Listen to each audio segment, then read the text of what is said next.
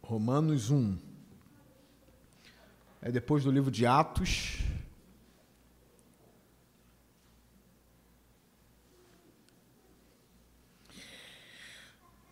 Versículo 18.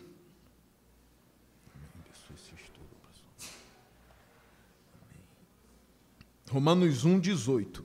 Está aparecendo bem aqui na frente, tá? Ó, aqui em cima, ó. Romanos 1, 18. Estou ouvindo algumas pessoas perguntarem umas para as outras.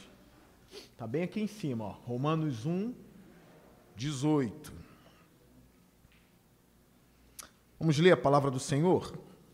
Diz assim: portanto, a ira de Deus é revelada dos céus contra toda a impiedade e justiça dos homens, que suprimem a verdade pela injustiça.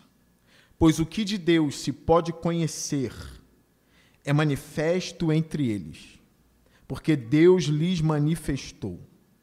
Pois desde a criação do mundo, os atributos invisíveis de Deus, seu eterno poder e sua natureza divina, têm sido vistos claramente, sendo compreendidos por meio das coisas criadas. De forma que tais homens são indesculpáveis, porque tendo conhecido a Deus, não o glorificaram como Deus, nem lhe renderam graças, mas os seus pensamentos tornaram-se fúteis, e o coração insensato deles obscureceu-se. Irmãos, hoje é a última quarta-feira que eu vou falar sobre a missão de Deus, o conhecimento de Deus espalhado em toda a terra. Eu acho que eu já deixei bem claro para a igreja o que eu penso sobre a salvação, e eu queria frisar logo agora de cara o que eu rejeito totalmente. O que eu já ensinei para vocês, mas agora eu quero tornar mais claro o que eu rejeito totalmente. Eu rejeito que o homem pode ser salvo sem o conhecimento de Jesus Cristo e do seu Evangelho. Tá bom? Eu rejeito a ideia de que possa existir um homem lá na Índia que é salvo pela luz que tem, adorando falsos deuses. Eu não acredito nisso. Isso não é bíblico. Porque, como eu disse a vocês, existe uma corrente teológica, até de bons homens, piedosos, e a gente precisa separar algumas coisas. Homens de Deus não são perfeitos. Assim como eu não sou perfeito, assim como a minha teologia ela vai sempre passando por filtros e peneiras, porque a ideia é prosseguir em conhecer e mudando com o tempo naquilo que precisa ser mudado. O alerta que nós temos e a cerca que nós botamos é em relação a pontos cruciais e essenciais. Por exemplo, se a pessoa diz, a minha teologia amadureceu, ela amadureceu tanto que Jesus para mim não é Deus mais, ela não amadureceu. Ela atrofiou tanto que você não crê mais que Jesus é Deus. Ou seja, você é herege. Porque é um ponto muito claro na Escritura Sagrada. Então tem gente que acha que caminhar para a maturidade teológica é caminhar para a descrença. Óbvio que não. Óbvio que não. Então, quando eu digo que a nossa teologia, ela passa por maturidade, ela vai passando dentro daquilo que a gente pode chamar de teologia ortodoxa. Central, que todos os teólogos na história da igreja, os grandes, os médios, creram e defenderam. A gente permanece ali, nos ombros dos gigantes. Não fica inventando a roda, não. Uma coisa que eu aprendi é, normalmente, quando uma pessoa cria uma teologia nova, normalmente é heresia. Tá bom? Algo muito novo. Tem algo muito novo aqui que eu preciso ensinar. É muito novo. Mas quem ensinou isso antes de você? Não, ninguém. Eu acabei de inventar. Olha aqui. É assim, assim, assim. Cuidado. Isso pode ser heresia. E a chance de ser heresia é muito grande isso. Tá? Então, como eu disse, tiveram alguns grandes homens de Deus que defenderam algumas coisas. Mas que a gente vai passando por filtros e peneiras, a gente vê que não combina. Como eu já disse para vocês aqui, o Billy Graham é um homem de Deus. Quem nega que Billy Graham é um homem de Deus? Quem nega? É um dos maiores evangelistas do século XX.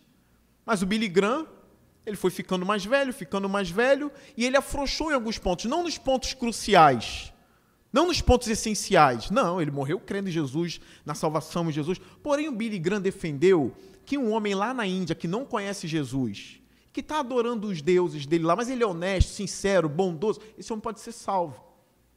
Billy Graham defendeu isso. Então não é porque é o Billy Graham que eu vou ouvir e dizer, caramba, então agora eu também defendo isso. Óbvio que não. Eu vou ouvir e vou dizer, bem, Billy Graham está errado aqui nesse ponto. Né? Nesse outro ponto, nesse outro, ele está certo, mas aqui ele está errado. Tá? Então eu não acredito que um budista, por exemplo, que não ama Jesus, não segue Jesus, normalmente o budista ele é agnóstico. Ele não adora um Deus. Tá? Ele pratica bondade. Tem Deus em algumas divisões budistas, até tem Deus em alguns segmentos, são vários segmentos budistas. Alguns até acreditam numa força maior. Mas a maioria rejeita Deus e tudo mais. Por isso que tem artista ateu que é budista, vai entender, né? O cara é artista da Globo, ele é ateu e é budista. Pratica meditações, pratica boas obras e tudo mais. Eu não acredito que essa pessoa é salva. E o texto que deixa isso mais claro para a gente é esse texto aqui de Romanos 1. Nós lemos aqui, olha o que está acontecendo. E eu repito o que eu falei na semana passada, que eu aprendi com um teólogo. A idolatria não é bom o suficiente para salvar. Grava isso. A idolatria não é boa o suficiente para salvar. Não tem como. O cara era bondoso, mas era idólatra. A idolatria é um grande pecado. Olha o que esse texto vai falar a respeito do homem que não adora a Deus. Olha o versículo 18. Portanto, a ira de Deus é revelada dos céus contra o quê? Toda impiedade e injustiça dos homens, que suprimem a verdade pela injustiça. Olha, existe a verdade. Esse texto é um dos textos que provam que todo homem sabe da existência de Deus, tá? E ainda melhorando a questão, sabem da existência do único Deus. Eles sabem que tem a verdade. Mas o que eles fazem com isso? Eles suprimem essa verdade no coração, usando o quê? A injustiça. Eles vão suprimindo, é como se tivesse uma fogueira aqui e o cara está tacando areia. Não apaga o fogo de cara, não, mas ele vai tacando, todo dia ele vai tacando. Daqui a pouco a fogueira, apaga. Ele está suprimindo essa verdade e o texto vai dizer que ele suprime, cadê o termo aqui? Suprimem a verdade pela injustiça. Olha a continuação do texto. Pois o que de Deus se pode conhecer é manifesto entre eles, porque Deus lhes manifestou. Que coisas são essas? O que Deus manifestou para todo homem? Olha, e ele manifestou desde o início da criação. Não é só no momento em que Paulo está escrevendo, não. Desde o início. Eu falei um pouquinho de Enos semana passada, de Sete, de Abraão, de Melquisedeque. É desde o princípio. Versículo 19 de novo. Pois o que de Deus se pode conhecer é manifesto entre eles, porque Deus lhes manifestou. Pois desde a criação do mundo, olha só, desde quando? Desde a criação do mundo, os atributos invisíveis de Deus, ou seja, o seu eterno poder, a sua natureza divina, têm sido vistos claramente. Olha isso. Que texto poderoso de Paulo aqui em Romanos capítulo 1. A natureza divina e o seu eterno poder têm sido vistos claramente, sendo compreendidos por meio das coisas criadas. É óbvio, os homens não ficam vendo os querubins, nada disso. Os serafins voando para lá e para cá, não. Eles estão diante da obra-prima de Deus. Deixa eu contar um segredo para vocês. Biblicamente falando, o ateísmo não existe. Biblicamente falando, o ateísmo não existe. A Bíblia não crê no ateu. Não, pastor, é o ateu que não crê na Bíblia. Tudo bem, mas a Bíblia não crê no ateu. A Bíblia sabe que ele sabe que existe Deus. É claro que eles vão perguntar, mas que Deus? O Deus de lá ou o Deus de cá? Não importa, ele sabe que tem uma divindade lá em cima. Ele sabe disso. É porque eles são debochados, mas eles sabem que tem a divindade. Eu já mostrei para vocês aqui, quarta após quarta, que a própria natureza prova que não existe o politeísmo. Não são vários deuses. Que há uma harmonia na criação que aponta para o Senhor, Criador dos céus e da terra. Eles sabem disso, eles não vão admitir. E todo dia eles estão apagando isso. Eu estava vendo um ateu falar, de vários ateus que eu já ouvi falar.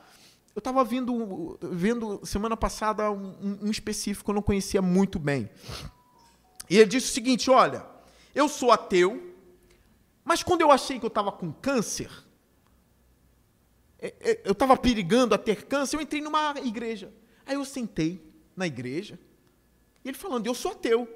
E aí eu falei, Senhor, se tu está aí, me ajuda, não me deixa passar por isso e tal. Aí ele viu que não tinha nada, não era câncer. Aí ele voltou, ele, meu Deus, estava orando. Aí ele falou, nos momentos de dificuldades a gente busca a Deus mesmo, mas agora eu já não creio mais. Aí ele disse, mas até pouco tempo, eu estava passando pelo mesmo processo e eu, falei, vou orar de novo, quem sabe, né? Só que aí o testemunho dele é que o ateísmo dele vai crescendo com o tempo. Até chegar o dia em que ele não ore mais, mesmo doente, que ele aceite a doença e tudo mais. Ou seja, ele é um grande candidato a clamar a Deus quando estiver morrendo. É um frouxo, com certeza, é um frouxo, é um bobão. É um grande candidato. Só que o que está acontecendo com ele? Ele está suprimindo cada vez mais aquilo ali. E é um homem, claro, debochado, entendeu? Mas quando estava doente, correu para a igreja. Mas continua com os deboches dele. Só que a Bíblia já garante que o homem tem conhecimento de Deus. Eu vou ler a continuação do texto. Leia comigo e vê o que você percebe disso aqui. De forma que tais homens, eu estou no verso 20, no versículo 20, na parte B. De forma que tais homens são indesculpáveis, porque tendo conhecido a Deus, não o glorificaram como Deus. Para Paulo, tem ateu? Não tem ateu. Eu sei que o salmista vai dizer, diz o tolo em seu coração, Deus não existe. É um tolo. Mas Paulo está garantindo, eles conhecem o Senhor, eles sabem. Em Atos 17, Paulo vai defender que o homem é descendência da divindade. Como eu ensinei para vocês, lá em Gênesis 1. O que é o homem? Pare e pensa comigo. Existe um ponto de contato, irmãos, na evangelização. A gente não está pregando para primo de macaco. A ciência vai dizer que o homem é parente do chimpanzé. Não vai dizer que o homem evoluiu do macaco. A ciência não diz isso. Diz que o homem e o chimpanzé evoluíram de um ancestral comum. Tá bom? Tem um ancestral comum, e desse ancestral veio o homem e também o macaco. Tem até um rock and roll pesado de uma banda antiga chamada Fruto Sagrado, que o nome da música é Primo do Macaco, que ele debocha o tempo todo dessa visão aí, primo do macaco. A Bíblia vai dizer que o homem é a imagem e semelhança de Deus. Tem esse ponto de contato. Paulo usa a expressão descendência de Deus. Viemos dele. Somos semelhança do Deus vivo. Tá? Então tem esse ponto de contato. Quando a gente prega para o homem, nós sabemos que ele sabe no fundo quem ele é, de onde ele veio. É óbvio, ele está suprimindo isso. Eu quero que vocês entendam. Ele está suprimindo essa questão o tempo todo, porque o homem é inimigo de Deus. Isso está muito claro como a luz do sol. O homem é inimigo de Deus. O homem odeia Deus, irmãos. Ele é inimigo do Criador. Paulo vai dizer isso em Romanos capítulo 5. Você quer ver? Para deixar bem provado para vocês, para não ficar só em minhas palavras. Romanos capítulo 5, versículo 10. Olha o que o texto vai dizer. O texto aqui é bem claro. Depois desse texto nós vamos ler Efésios 2, versículo 1 e 2. Olha o que esse texto vai dizer. Se quando éramos inimigos de Deus, Paulo dizendo, é uma linguagem forte, né? É uma linguagem forte, porque eu sei que tem gente que fala, eu sou ateu, mas eu não sou inimigo de Deus não, pastor. Sou inimigo não, se ele aparecer, eu vou crer nele. Isso já é um atestado de que ele está em inimizade com o Criador. Só falta sondar o coração e botar isso para fora. Se quando éramos inimigos de Deus, fomos reconciliados com Ele, mediante a morte de seu Filho, quanto mais agora, tendo sido reconciliados, seremos salvos por sua vida. A expressão é essa, inimigos de Deus. Põe Efésios 2 para mim, por favor. Efésios 2, versículo 1. Vocês estavam mortos em suas transgressões e pecados, nos quais costumavam viver, quando seguiam a presente ordem deste mundo, e o príncipe do poder do ar. Para aí. Quem aqui seguia o diabo? Levanta a mão. Quem aqui seguia o diabo? É você o primeiro, né? Não, pastor, eu não era crente, mas eu também não seguia o diabo não, irmãos. Um princípio. Você é o que a Bíblia diz que você é, e você era o que a Bíblia diz que você era. Não tente manipular o texto. Pastor, mas eu lembro, era tão bonzinho, pastor. Eu lembro, eu criei em Jesus porque eu me identifiquei com Ele. Não tem isso, irmãos, não tem isso. Mas eu nunca fiz pacto com o diabo não, pastor, não. Irmãos, a Bíblia fala que nós seguíamos o príncipe do poder do ar. Vá pesquisar e saber quem é. Não é um falcão, uma águia do ar, não. Está falando do diabo, a gente seguia ele. Mesmo sem conhecer, mesmo sem saber o nome dele, a gente fazia a vontade dele. A gente pecava tranquilo. Pastor, mas eu nunca matei ninguém, mas pecou. Pecou feio, não uma, nem duas. Já dormiu tranquilo com pecado. Seguia o príncipe do poder do ar. O espírito que agora, enquanto Paulo escrevendo, e também agora, nesse momento, esse espírito está atuando nos que vivem na desobediência. Anteriormente, todos nós, Paulo se inclui, também vivíamos entre eles, satisfazendo as vontades da nossa carne, seguindo os seus desejos e pensamentos, como os outros, éramos por natureza merecedores da ira. Está vendo? A gente não era tão fofinho como a gente pensa. E nem o meu colega ateu é fofinho. Eu sei quem ele é. E se eu sentar para tomar um café com ele, eu vou ser honesto. Se ele for honesto, ele vai saber que eu o conheço muito bem, que eu sei quem ele é, e que no fundo, ele sabe que tem um Deus nos céus. Eu preciso crer no que a Bíblia me ensina. Voltando lá para Romanos 1. Paulo é muito claro no versículo 21, tá? De Romanos 1. Porque tendo conhecido a Deus, agora está a diferença. Não o glorificaram como Deus, nem lhe renderam graças. Nós rendemos graças ao Senhor, sim ou não? Nós rendemos? Nós glorificamos Deus como Deus é, sim ou não? Sim. Está vendo a diferença? Nós glorificamos a Deus. Nós damos graças a Deus.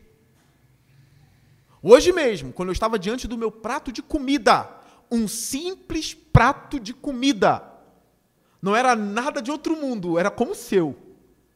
Eu fechei os meus olhos, olhei para aquele prato de comida simples, e eu falei, te dou graças por esse prato de comida, pela comida que eu como, te dou graças, Senhor.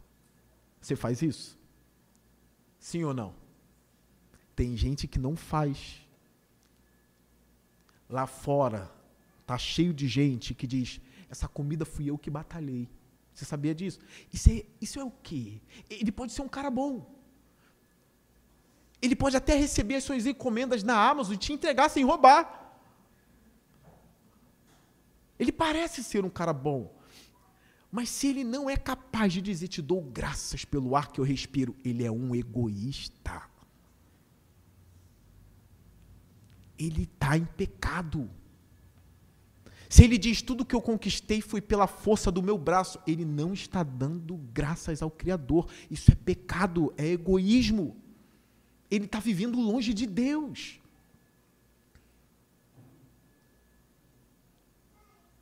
Continuação. Não glorificaram como Deus, nem lhe renderam graças, mas os seus pensamentos tornaram-se fúteis, e o coração insensato deles obscureceu-se. Olha o que Paulo vai dizer agora. Dizendo-se sábios, tornaram-se loucos. Paulo não está falando de alguém com problema psiquiátrico, não. A posição deles diante do que eles viram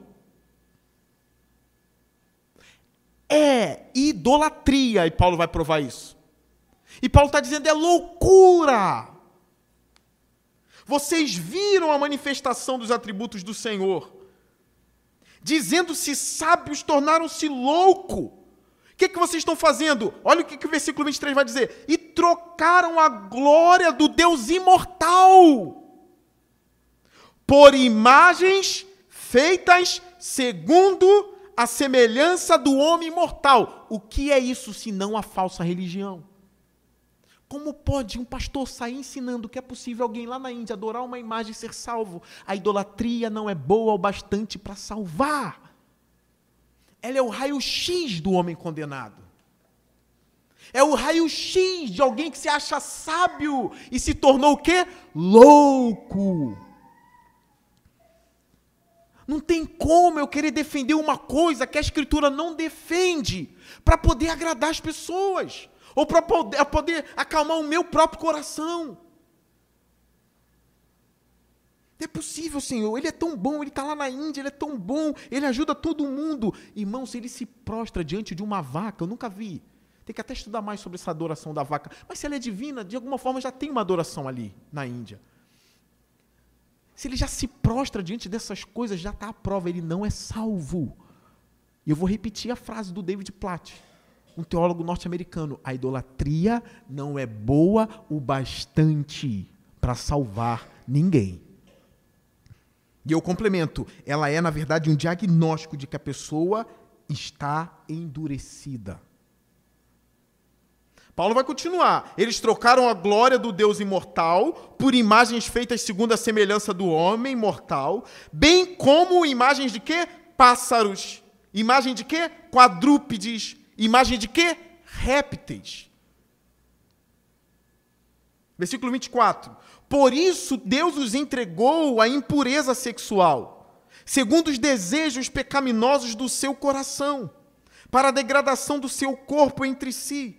Trocaram a verdade de Deus pela mentira e adoraram e serviram coisas e seres criados em lugar do Criador, que é bendito para sempre. Amém. Paulo do nada adora no texto.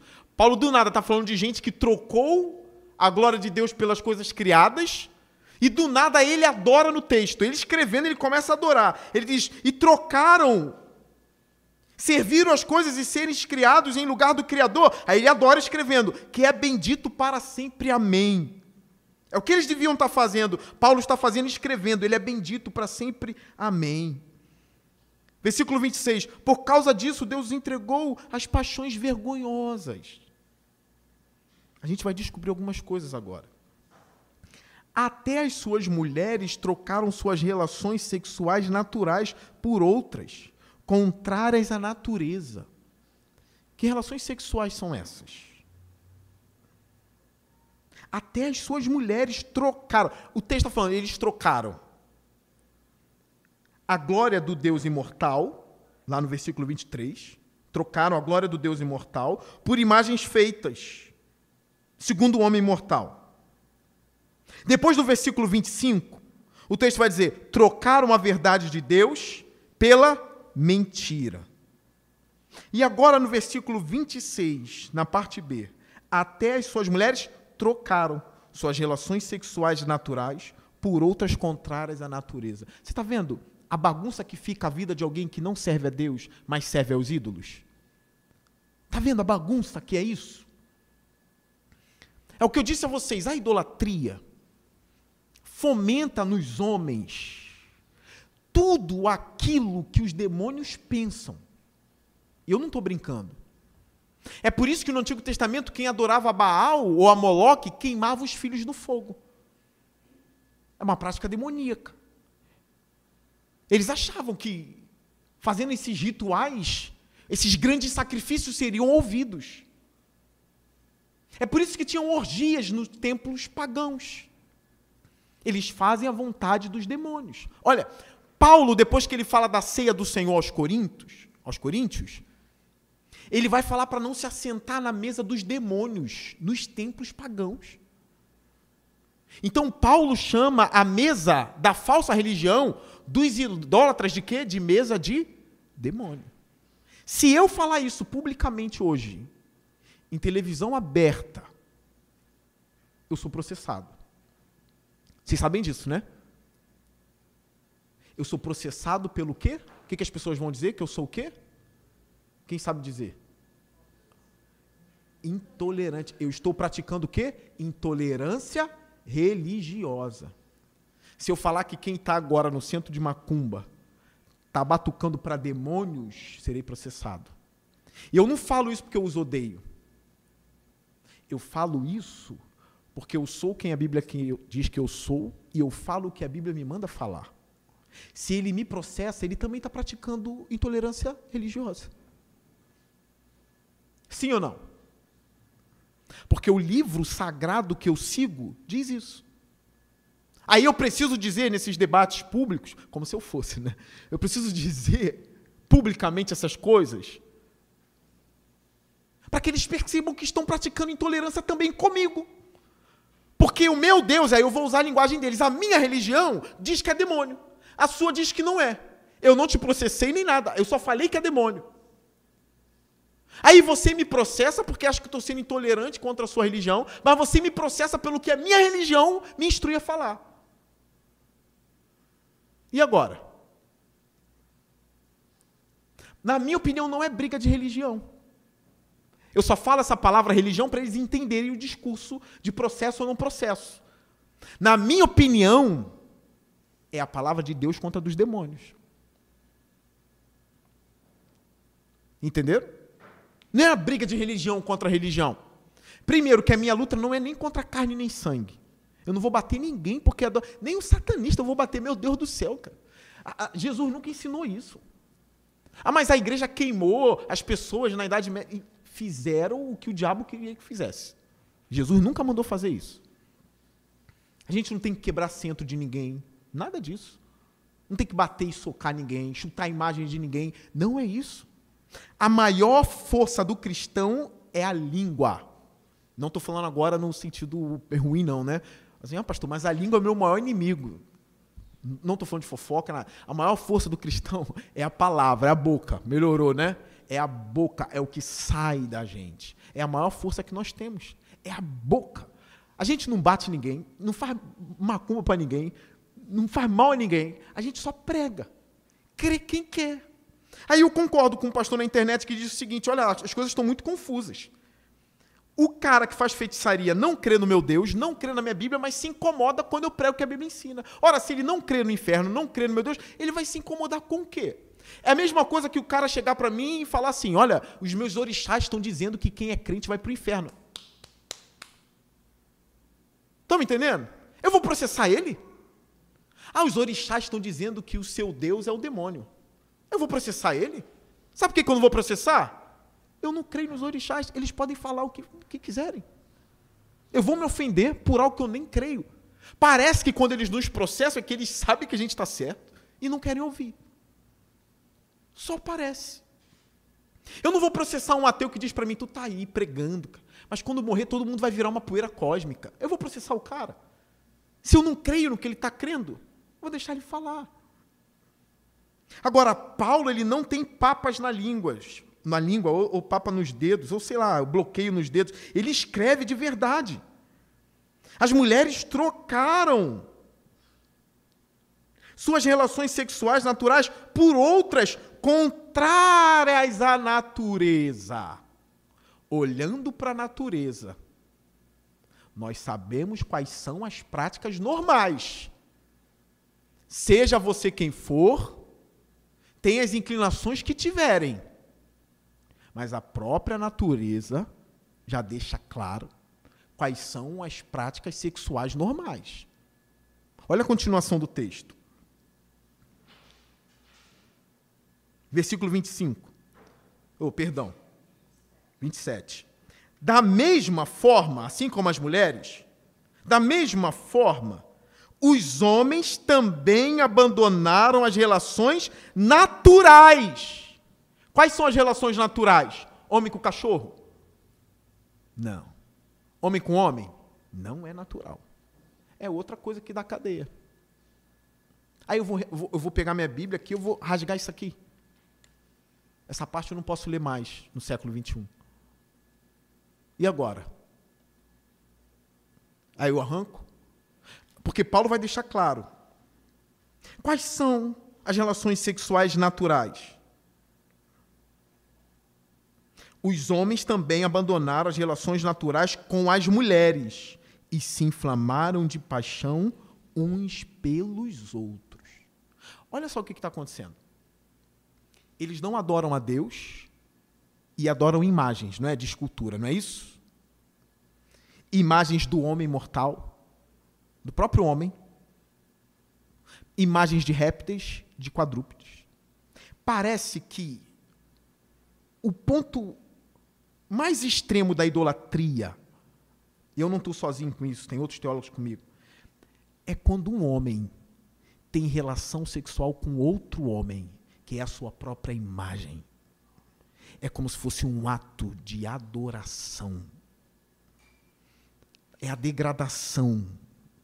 É que a idolatria vai fazendo com o coração do homem. Eu não estou dizendo que todo idólatra tem isso. Não, eu estou mostrando o ponto máximo, onde a idolatria vai chegar. Repara, imagens do homem mortal, de escultura, de répteis. Agora, qual é o ponto baixo?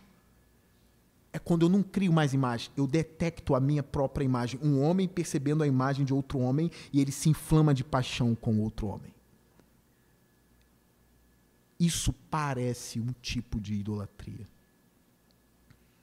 É quando ele se sujeita a um outro homem sexualmente. A sua própria imagem. E a mulher, a mesma coisa. Pastor, e se eu tenho essa inclinação? Você está dizendo não a ela? Tô. Continua lutando. Eu estou salvo. Você não crê em Jesus? Creio. Continua lutando. Todo mundo tem inclinações aqui erradas. Não é o único pecado da humanidade, não, irmãos. Não é.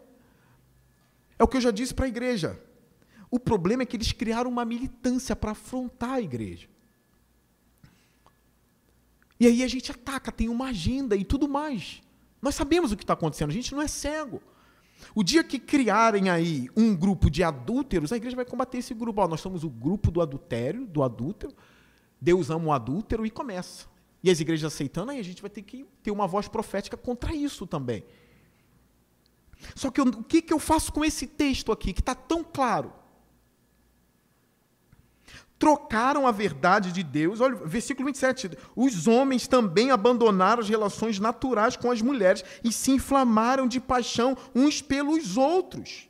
Começaram a cometer atos indecentes, homens com homens, e receberam em si mesmos o castigo merecido pela sua perversão. Irmãos, e aí tem teólogo que vem na televisão dizer que no Novo Testamento não tem nada falando contra a prática homossexual?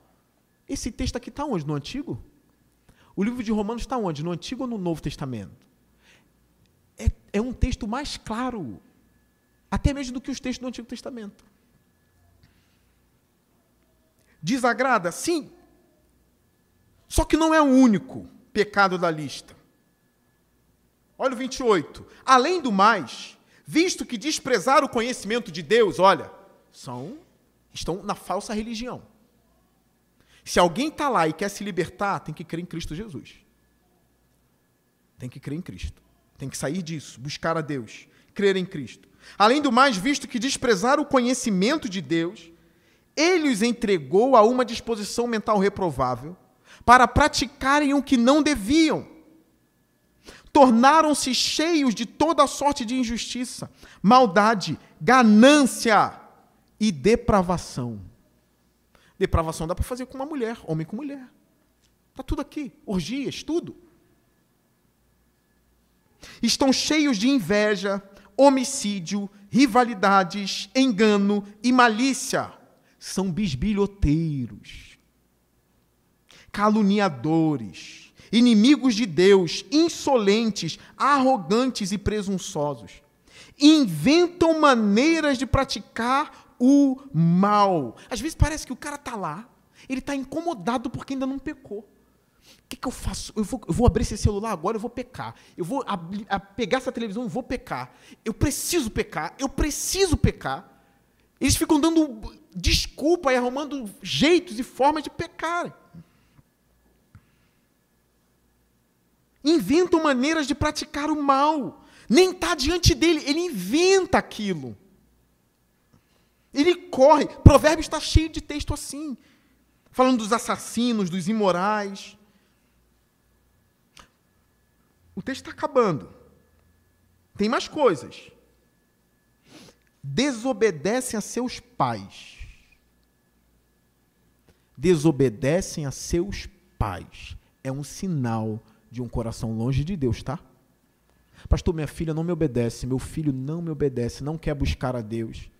É um sinal de que ele ou ela está longe de Deus. Está no texto. São insensatos, versículo 31, desleais, olha agora, sem amor pela família. Alguma semelhança com o nosso século? Sem amor pela família. Implacáveis. Agora Paulo retoma o que ele estava dizendo lá em cima. Embora conheçam o justo decreto de Deus, de que as pessoas que praticam tais coisas merecem a morte, irmãos, até isso eles sabem? Sabem. Não somente continuam a praticá-las, mas também aprovam aqueles que as praticam. Estão se aprovando uns aos outros. É necessário pregar a palavra. A falsa religião não vai salvar o cara. A idolatria não vai salvar o cara. Ele não é esse homem bom. Não é esse homem bom. Irmãos, para a gente que já é crente, pense comigo, que está toda semana na igreja, a gente já enfrenta uma luta, sim ou não? Às vezes para vir aqui é difícil para você. Agora imagine para o cara lá na Índia, adorando lá, sei lá, a árvore, não sei, qualquer deus lá. E esse cara, ele tem a bondade no coração, tem tudo no coração, e está sendo salvo pela idolatria, pela luz que ele tem através da idolatria. Irmãos, óbvio que não. Óbvio que não. Eu já mostrei para vocês aqui o texto de Raabe. Morava numa terra idólatra, mas ela já não estava mais professando a fé daquela terra. Ela disse aos espias, o Deus de vocês, estou falando em outras palavras, né? É o Senhor dos céus e da terra. Raabe creu naquele Deus. Melquisedeque, no Antigo Testamento, abençoou Abraão em nome do Deus Altíssimo, o Deus Altíssimo. Para terminar os estudos aqui, o centurião Cornélio buscava o Deus Altíssimo. Lídia buscava o Deus Altíssimo. Jesus foi até eles. Eu fecho essas semanas de estudo bíblico dizendo, olha, Deus vai cumprir o seu propósito. Ele sabe quem vai crer. Ele sabe. Ele sabe onde estão os Cornélios da vida. Eu li para vocês um texto aqui, que até quem está semelhante, ou quem pensa semelhante a mim na teologia, tem dificuldade. Eu apresentei aqui o texto que mostra que Cornélio, que não servia a Jesus, tinha as orações ouvidas por Deus e as esmolas recebidas por Deus. Só que mesmo assim o texto dizia que Cornélio precisava da salvação. Ele, na cabeça dele, estava servindo ao Deus de Abraão, porém ele precisava de Jesus, do Evangelho. O Antigo Testamento já tinha um proto-evangelho ali. Já tinha promessa do Salvador. Eles se agarravam ao único Deus verdadeiro, o Deus Altíssimo. Eram salvos pela fé também.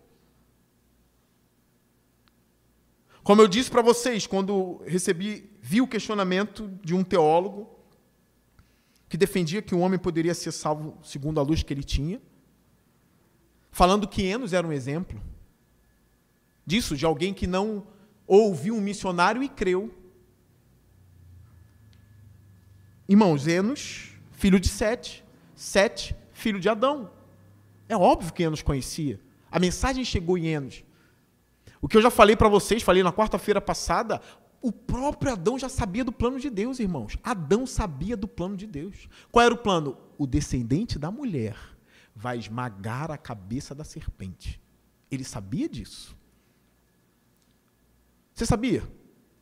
Adão, ele não sabia como, ainda era meio nebuloso, mas tinha uma promessa ali, que alguém viria do ventre da mulher, um varão, e esse varão, estou usando a linguagem aqui, varão, tu sabe o que é, esmagaria a cabeça da serpente. Você acha que isso não passou para Sete, não passou para Enos? Eu acho que nessas 4 quartas-feiras eu falei tanta coisa sobre isso.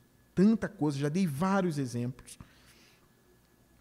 É necessário eu fechar e dizer a vocês o que está lá em Isaías 46. E eu fecho aqui usando a frase que eu mais usei nesses estudos. Deus é o maior missionário de todos os tempos. Então eu quero ler o último texto, que é Isaías 46. Põe para mim, por favor. Versículo 8.